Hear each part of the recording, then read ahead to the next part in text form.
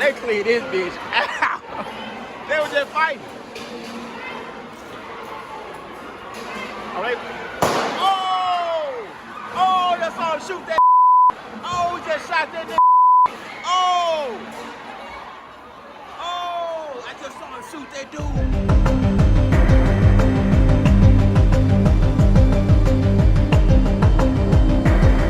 The sheer terror of those holiday shoppers inside when that gunfire rang out. The shooting causing pandemonium, sending a stampede of shoppers running right out this entrance behind me. Some people even leaving their shoes behind. And tonight, police are still trying to track down that gunman who opened fire. Tonight, panic tearing through an Atlanta mall as gunshots ring out, sending shoppers running for cover. It happened at the Cumberland Mall in northwest Atlanta. With just 11 days till Christmas, the mall was packed, filled with visitors trying to finish their holiday shopping. I just saw people running outside, bumping into chairs, everything. It was just scary. The mall going on lockdown. Cobb County Police called the incident a verbal altercation that started at the food court.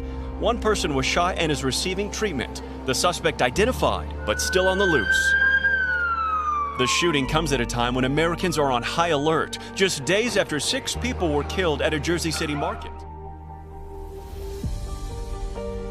Security camera footage shows the moment a van pulls up across from the JC Kosher supermarket. 2 suspects come out, guns drawn, opening fire at the store as pedestrians flee. Today, the small Jewish community in this area was left to pick up the pieces. Good and kind people, and unfortunately, terror hit home in a very sad way. It began yesterday when a police officer was killed at a cemetery after approaching a suspicious vehicle. Minutes later, the shooters arrived at the grocery store. Rabbi Moshe Shapiro says the store's owner narrowly missed the attack. Miraculously, 2 minutes before the attack started, walked just 10 feet to the right where he walked into the synagogue, and he, thank God, survived, but unfortunately his wife and the other 2 civilians perished. The 2 others were a store employee and customer. The suspects were killed by police. Well, they got the snapping in this motherfucker.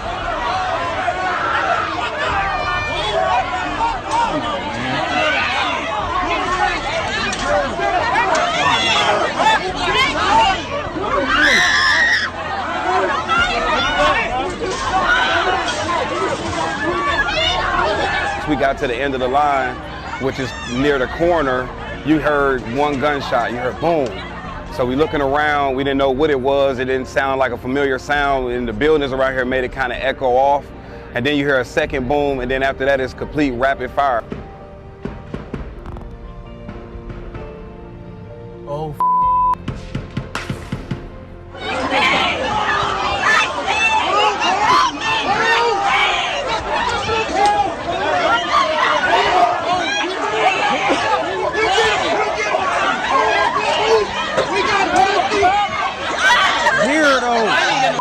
never happen here, bro.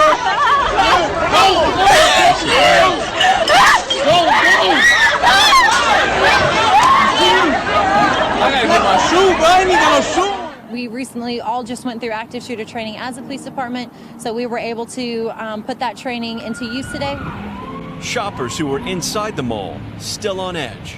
Last thing you would ever think about, somebody being shot inside the mall?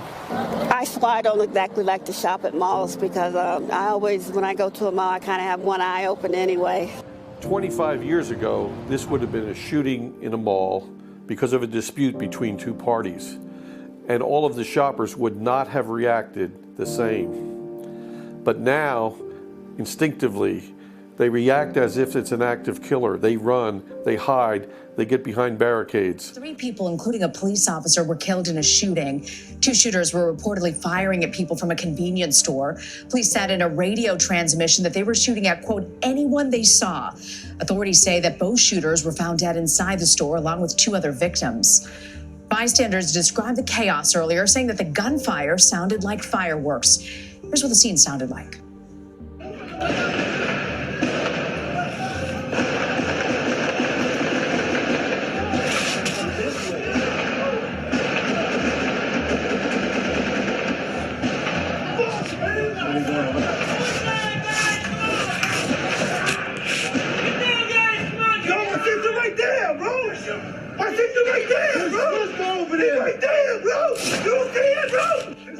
This morning, the first glimpse of the aftermath inside that Jewish market, the epicenter of that deadly police shootout.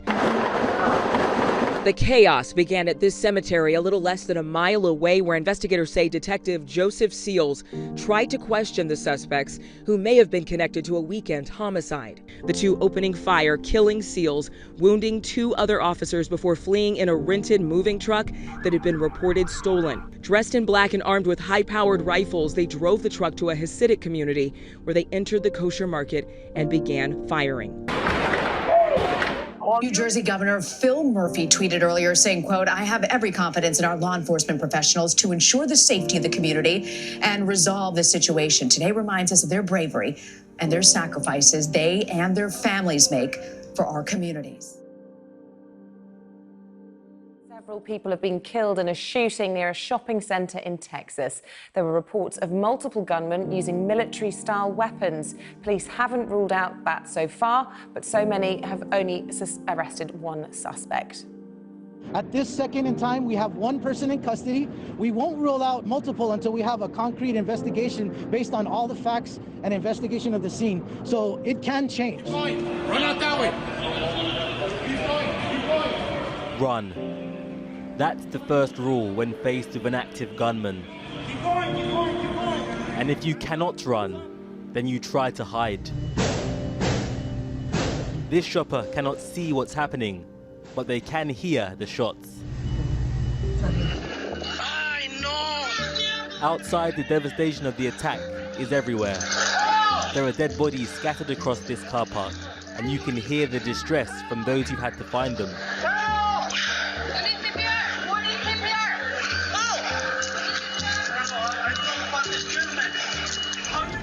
Active shooter.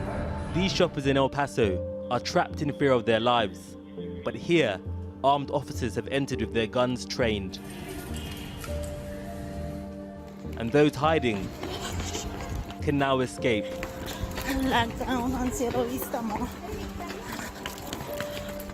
3,000 people came to this shopping center during the busy back-to-school season. 20 of them were murdered in the first of 2 US mass shootings in under 24 hours, and the third in the last week. This image taken from CCTV reportedly shows the suspect. He has been named locally as 21-year-old Patrick Crusius. The man is currently in police custody, but this attack is more than a mass shooting. It's a domestic terror investigation. Right now we have a manifesto from this individual that indicates to some degree it has a nexus to potential hate crime. El Paso was on the much politicized US border with Mexico. It is overwhelmingly Hispanic. Ahead of the shooting, a manifesto which appears to be linked to the attack was posted online. It warned that white Americans should fear other races and suggested a return to segregation. It also used racist language and cited the so-called Hispanic invasion of Texas. Cowering in terror as gunshots ring out in quick succession.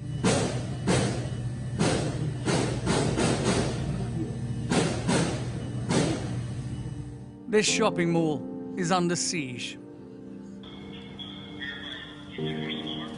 Police response teams arrive quickly to lock down the site. The gunman, identified by local media, is 21-year-old Patrick Crusius. This CCTV image captures the moment he walks into the mall, armed with an automatic rifle, prepared to cause mass casualties.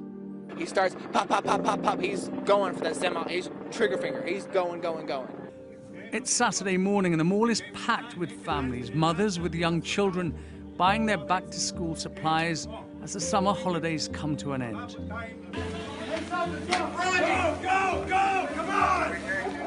But as the gunshots echo through the mall, panic spreads as people begin to realize exactly what is happening. Keep going. Run out that way. Keep going. Heavily armed police lead some of the people to safety.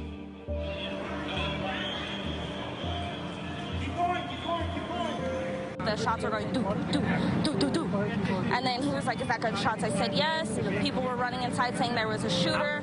We took off towards the back of the store where the stock room was. We were pushing people out the way and telling them to go. Looking to see what's going on, and more people are coming in, and then I hear boom, boom, boom, boom, boom, boom. We all run out of the McDonald's. I talked to another guy that said he saw somebody shot in the head and another lady shot in the head, and her head was like blown away. As police SWAT teams descend on the mall, the terror and confusion separates families and loved ones. She would have called. She has 7 kids, 20-something grandchildren, and I don't know how many great-grandchildren. And I'm with my niece somewhere, Angie, with me, and I got tired of waiting and waiting and waiting, and I just want to know where my mom is. So my name's Lita Jamalski, and we're looking for my brother-in-law, Andre Anchondo.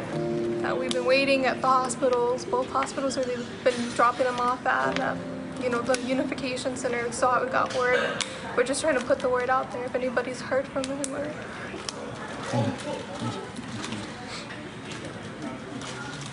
Anybody hears anything, just give us a call. We're worried. We want to make sure he's okay. The gunman has been arrested by the police. FBI investigators are now examining a 2,300-word document allegedly shared online by Crusius. El Paso is also the hometown of the man hoping to win the Democratic nomination for president, and he did not hold back on where he lay blame. The president's language, his rhetoric, has produced the kinds of hate crimes that we saw in El Paso yesterday, but we've been seeing across this country. They've been on the rise for each one of the last 3 years. So we cannot act as though this were just some kind of natural disaster or a matter of course for this country or the new normal for the United States. There is a very real cause to this, and President Trump is part of that. But on Twitter, President Trump called the shooting tragic, an act of cowardice, and a hateful act. And today he tweeted about those affected by the mass shootings in Texas and Ohio. He asked God to bless both communities. 9 people have been confirmed dead in the Ohio mass shooting this morning. The gunman was named as 24-year-old Connor Betts. He was shot dead by officers, and police say most of his victims were black. But today's news is part of an intensifying American tragedy, and as yet, this nation's tradition of gun violence shows no sign of ending. Last night, ABC senior national correspondent Matt Gutman leading us off. The chaos unfolding in the heart of the Las Vegas Strip.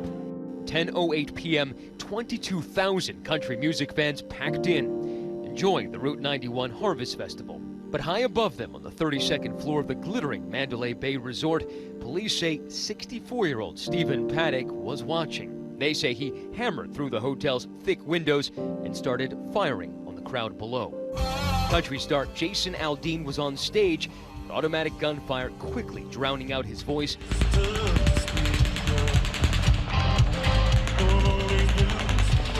The music stops and he runs off stage. The audience huddling on the ground. The Mandalay looming over them. For so many, confusion. Was this part of the show? That's just a firecracker. I know, but why would you do that? Seconds later, the rapid fire shooting starts again.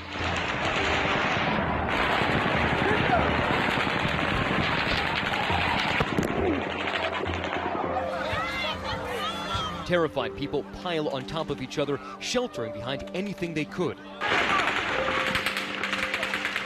But they were in an open field, easy targets for the gunmen in the tower. I don't know where to go. Oh my God. Thousands looking for safety anywhere, even a stranger's car. Turn around. Can we get in? Can we get in? Yeah, get in. Back up. Shooting. I'm not shooting. Relax, relax. It was early this morning we found Mike Kronk, head in hands, still stained with his friend's blood. Got hit 3 times. Mike had used his shirt to keep his friend from bleeding out. You guys are trying to do triage while the shooting is still going on. Yeah, everybody was jumping over the fences and stuff, but I mean, there's no way I'm gonna leave my buddy, you know. We had to keep compression on this thing. As an army of police descended high above the panicked crowds, SWAT teams are closing in on the shooter. They approach his hotel door, armed with an explosive. Breach, breach, breach. Police say they found Paddock dead inside. He had killed himself. Right now, we need your truck. We just need to get people over to the hospital, okay? Okay. Down on the ground, the sidewalk, now a triage center. We just saw a bunch of people that needed help, so we just started piling them in the truck. The entire Vegas Strip frozen, total lockdown. The American playground, now a killing field.